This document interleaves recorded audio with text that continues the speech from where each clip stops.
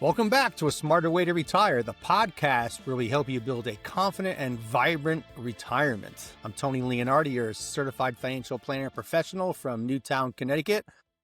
Just returned home a few days ago from an amazing family vacation in Florence, Italy, Firenze.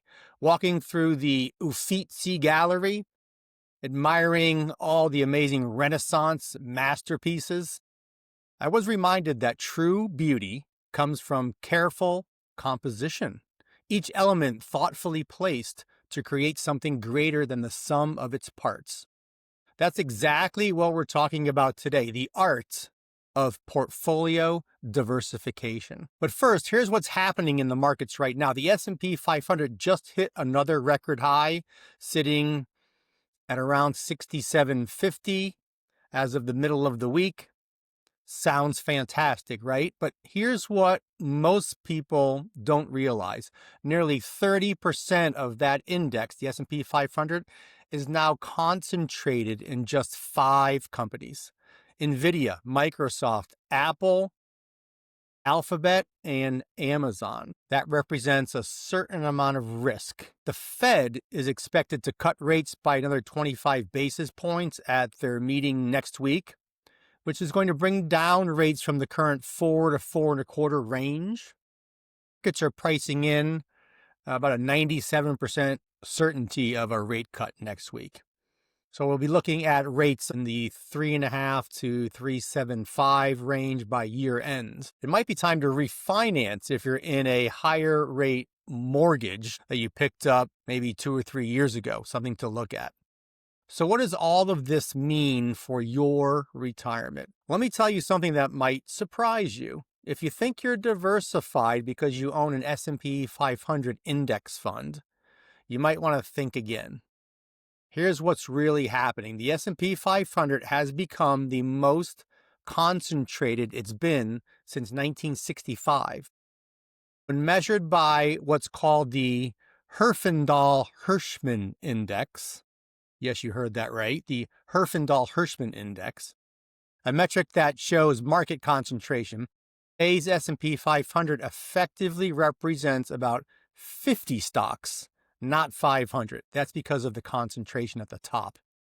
So think about that. You thought you were buying 500 companies, but you're really making a concentrated bet in big tech and AI. I had a client come to me recently who was convinced she was well diversified. She had 3 different mutual funds in her 401k.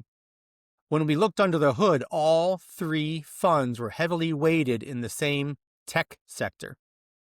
She wasn't diversified at all. She was triple concentrated. We call that overlap. It doesn't really matter how many funds you own from different providers. If they're all invested in the same 50 stocks, you don't have diversification, you have concentration. Something to look at. Well, I was standing in the Piazza della Signorina in Florence last week, surrounded by beautiful statues from artists from all different eras, including a modern statue of a girl on a cell phone, not too far from Neptune and David. I thought that, boy, this is real diversification. This is art diversification. Each piece unique, each contributing to the whole.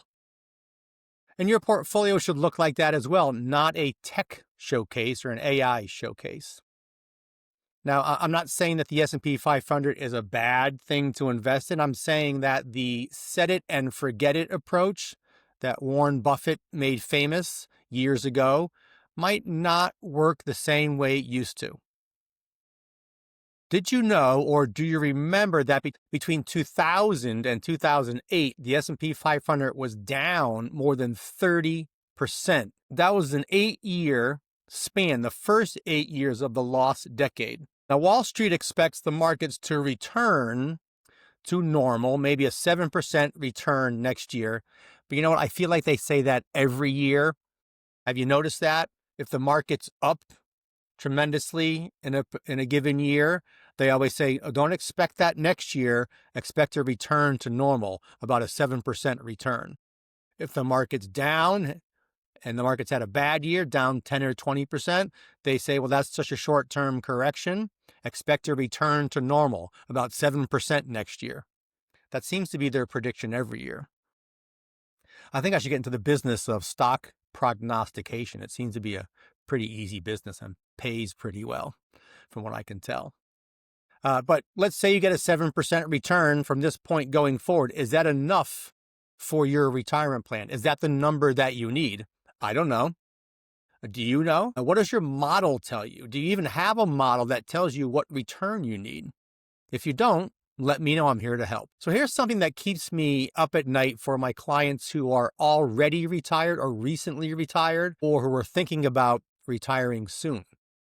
Sequence of returns risk. Have you heard of this? Sequence of returns.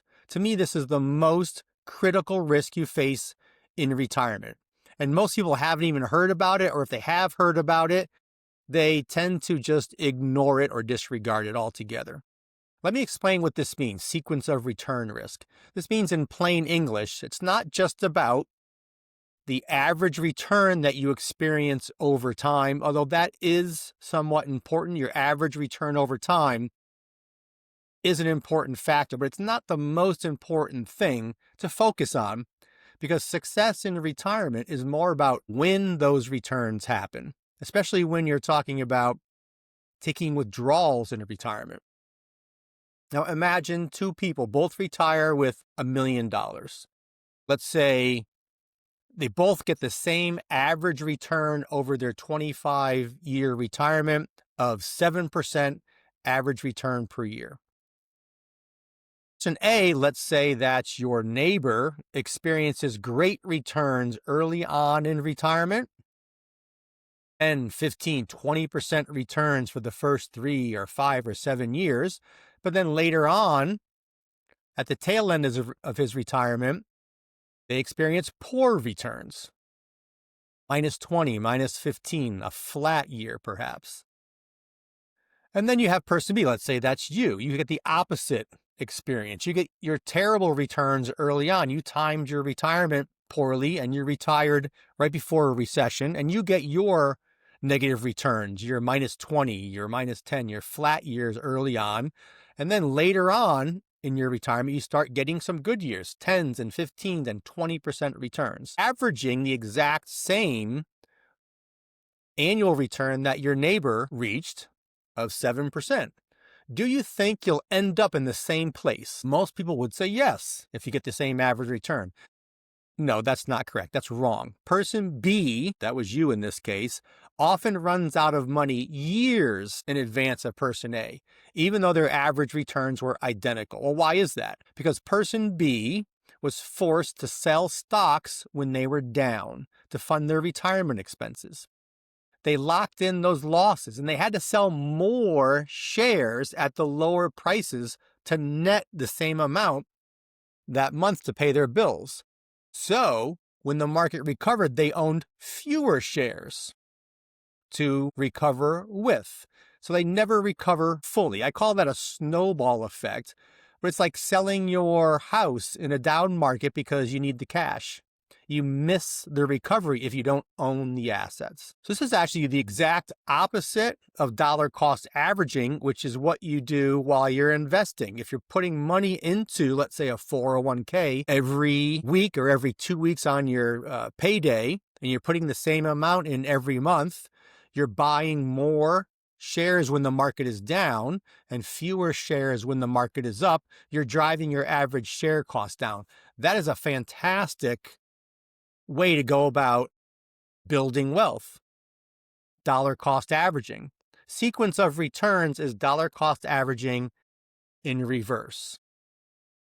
It's the same concept, but rather than putting money in the market every couple of weeks, you're taking money out and you're taking out more shares when the market's low and fewer when the market's high. And that turns into a snowball effect. That's what you have to watch out for.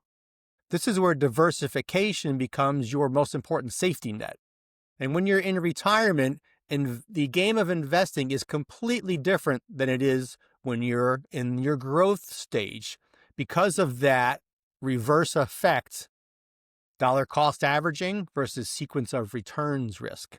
If you're retired and the stock market tanks 20% in your first year of retirement, while you're withdrawing 4 or 5% out of your portfolio to pay your bills, a portfolio that is mainly in stocks will be devastated.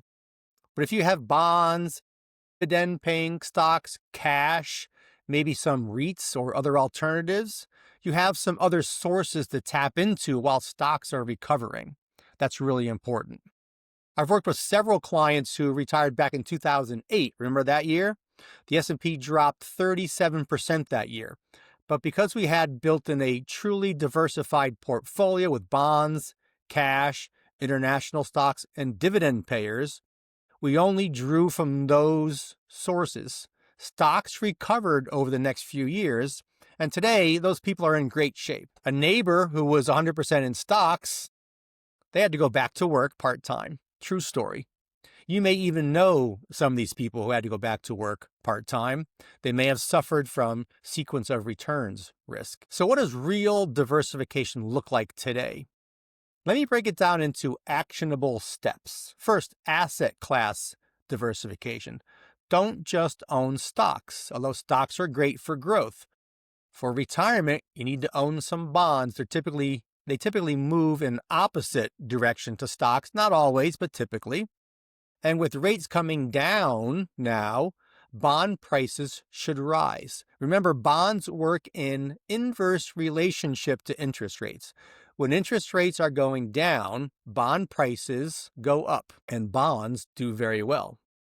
Consider that right now the 10-year Treasury yield sitting at about 4.27. Add some international exposure. I know a lot of money managers who have been shying away from international exposure for the last few years, and they've missed out on some good returns. Europe's markets, where I just returned from, they're up 3% this quarter.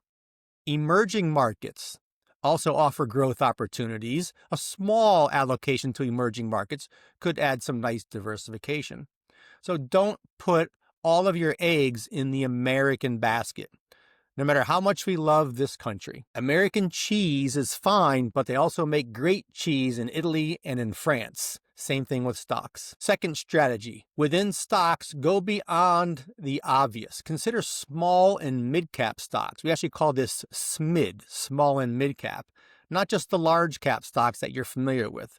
When the S&P 500, which is all large cap, struggled between 2002 and 2009, small cap growth and small cap value actually outperformed. Many today are predicting that small caps and mid cap stocks might be on the verge of a breakout. So keep an eye on that. Look at equal weighted index funds where every company in the S&P 500 gets the same allocation, not market cap weighted like the S&P.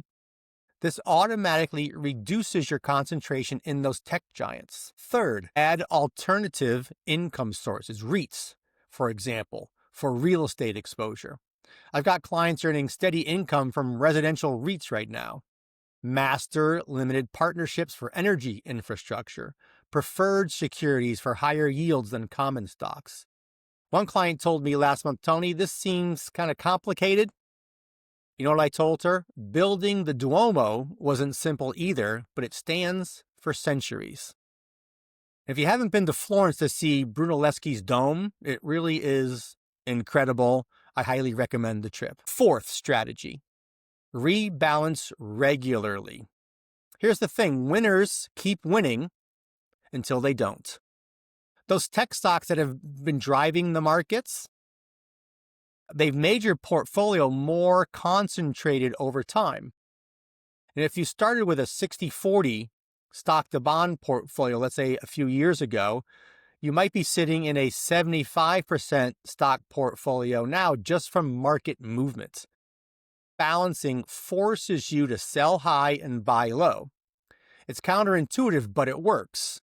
It forces you to, let me say it again, in reverse, it forces you to buy low and sell high. Isn't that exactly what we want to do? So rebalance on a regular basis, at least annually. Let's look at the health and wealth connection, which I find very important. Something I learned in Florence, we walked probably 5 to 10 miles some days exploring that amazing city. My legs were a little tired, but it felt amazing, especially after eating all that pizza and pasta and Florentine steaks. Movement keeps you healthy, especially when you're in Italy eating lots of carbs. And the same is true for your portfolio. Financial stress literally ages you faster. Studies show that worrying about money accelerates aging. If you're up at night, if you're losing sleep over your portfolio or your retirement plan or your lack of retirement plan, that is not good for your health or your wealth. But you know what helps? Having a plan. Having a diversified portfolio that lets you sleep well at night when the markets drop. Here's my challenge to you. Take a walk today, whether it's 10 minutes or an hour. While you're out walking, think about your portfolio. Can you name what you own? Do you know if you're concentrated? When you get home, write down one action step. And speaking of action, here's what to do right now. Pull up your 401k, your IRA, or your brokerage account statement. Look at your top 10 holdings. Are they more than 30% in tech? Are you over-concentrated? Step 2, check when you last rebalanced. If it's been more than a year, you're probably off target. Step 3, consider whether you need any professional help. I offer complimentary consultations. We can look at your situation together, run scenarios through our smart software modeling, and help you build a resilient plan. So as I walked across the Ponte Vecchio, that ancient bridge that has stood for nearly 700 years, thought about what makes something endure. It's not because it's rigid, it's because it was built to withstand different forces from different directions. Your retirement portfolio needs to be that bridge, built to withstand whatever the economy throws at it. Market crashes, inflation, rising rates, falling rates, geopolitical surprises. I probably field one call a week about someone who's concerned about what's happening in Washington. And this happens regardless of which party's in power. The phone calls come in. You should have a portfolio that can weather any Washington disturbances. The S&P 500 might be at all-time highs today, but true financial security comes from diversification. Diversification that can weather any storm. Book your complimentary consultation with me at leonardifamilywealthcare.com. You can also grab a complimentary copy of my ebook, A Smarter Way to Retire, 10 Steps Towards a Confident Financial Future, also available on my website.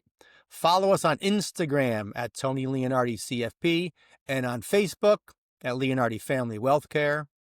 Subscribe on Spotify, Apple Podcasts, or YouTube, and please leave a review. It truly helps others find us. Next week, we'll be talking about required minimum distributions and tax-efficient withdrawal strategies. You don't want to miss that one. So plan smart, retire happy, and we'll see you next week. Securities and investment advisory services offered through Osaic Wealth, Inc., member FINRA SIPC. Osaic Wealth is separately owned, and other entities and/or marketing names, products, or services referenced here are independent of Osaic Wealth. The opinions expressed herein are for general information only and is not necessarily the opinions of Osaic Wealth or its representatives. Investing is subject to risk, including loss of principal invested. Past performance is not a guarantee of future results. No strategy can assure a profit nor protect against loss. It is not intended to provide specific advice or recommendations for any individual. Please consult your financial professional, attorney, or tax advisor with regard to your individual situation.